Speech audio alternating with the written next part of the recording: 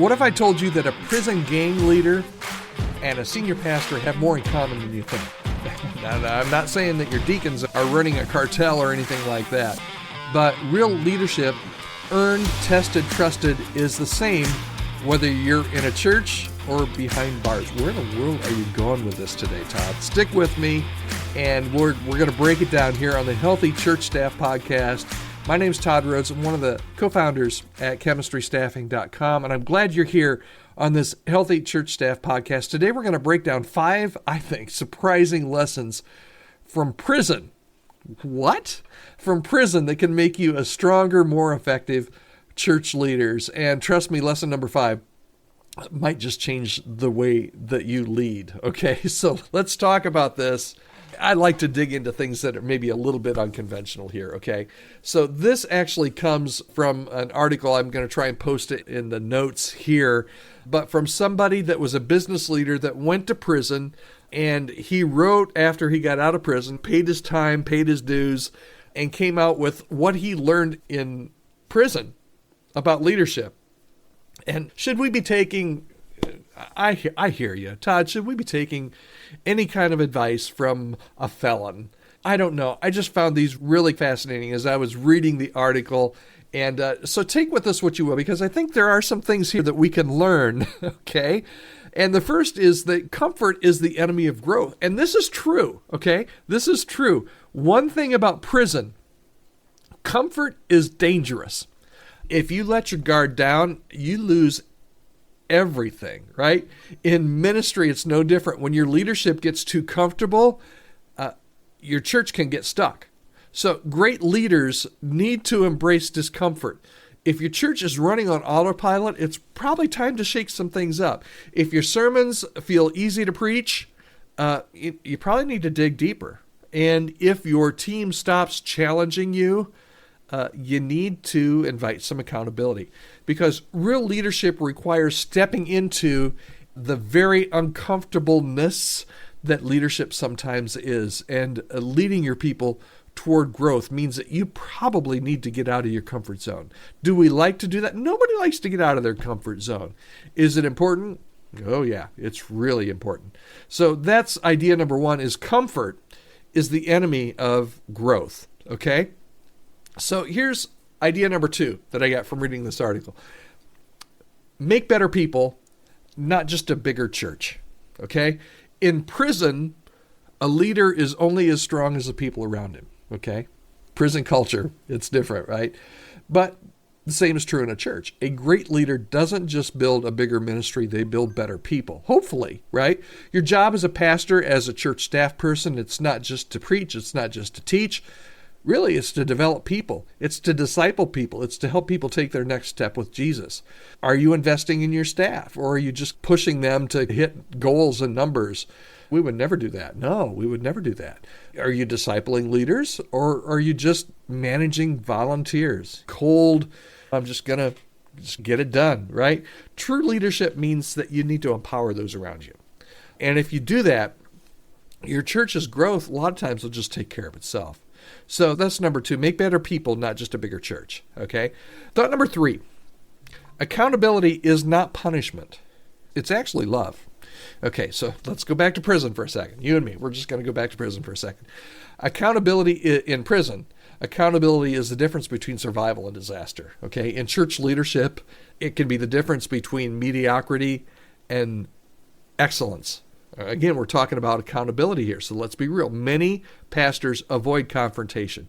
We fear of being too harsh. We let things slide to keep the peace, but when we fail to hold people accountable, we fail to lead. Accountability it should not be a dirty word, all right? It's not just about punishing people, it's about believing in their potential. So if you love your staff, you need to hold them to higher standards. If you love your congregation, you need to call them to holiness. If you love your leaders, you got to challenge them to step up. So don't fear accountability. You need to embrace that as really an act of love. Okay? Next thing is communication. We talk about this all the time here on the podcast. Communication is everything. We always say communication is key. We always say communicate. In prison, one wrong word can cost you your life. right? In church leadership, it probably is not going to cost you your life, but poor communication can kill trust, and it can kill momentum, and it can kill unity. Here's a mistake I think a lot of pastors and church leaders make. They assume people hear what they meant to say. Okay, let me say that again. One of the biggest mistakes that pastors and church leaders make is we just automatically assume that people are hearing what we mean. And we communicate down instead of with, okay? We preach well, but we don't listen well, okay? So great leaders don't just talk, they listen. The question is, are you making space for your team's concern?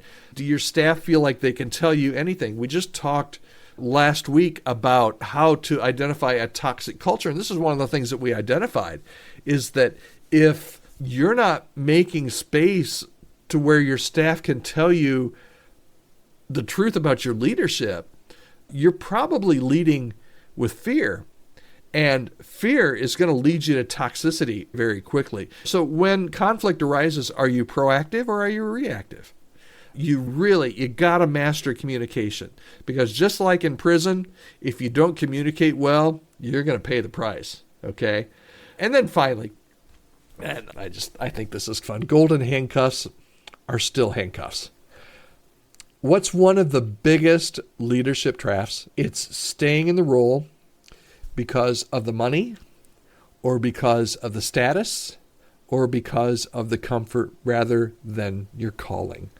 There are, and I don't think I'm exaggerating this because I talk with a lot of church staff people, there are a lot of excellent, incredibly called, gifted church staff people serving the church. But there's also probably in 350,000 churches, there are thousands of leaders that are sticking around because of the money, because they're getting a paycheck.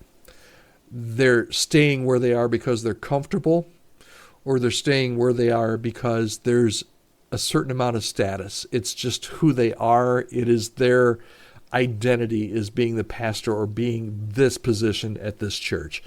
And I want to tell you, this is really serious. Leadership is not about the title.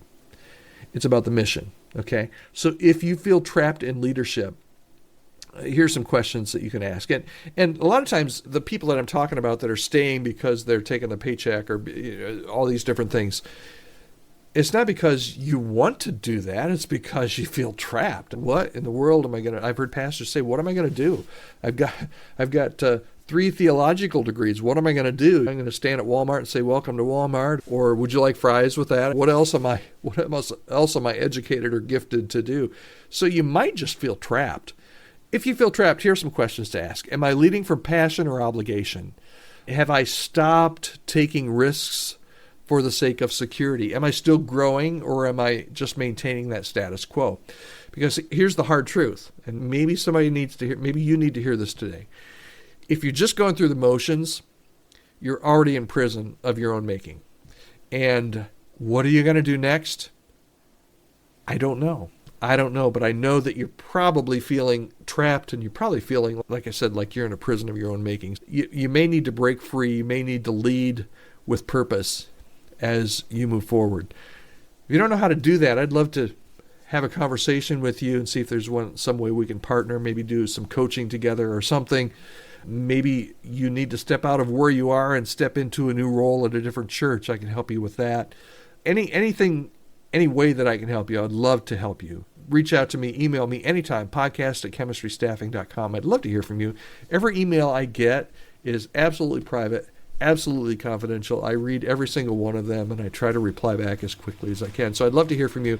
Chemistry Staffing, podcast@chemistrystaffing.com. And if you need some additional resources, you can head over to Chemistry Staffing. Got all kinds of free resources over there for you as well. All right, I hope this has been helpful to you today. You've been listening to the Healthy Church Staff Podcast. Thanks so much for listening, and I will see you again right here tomorrow.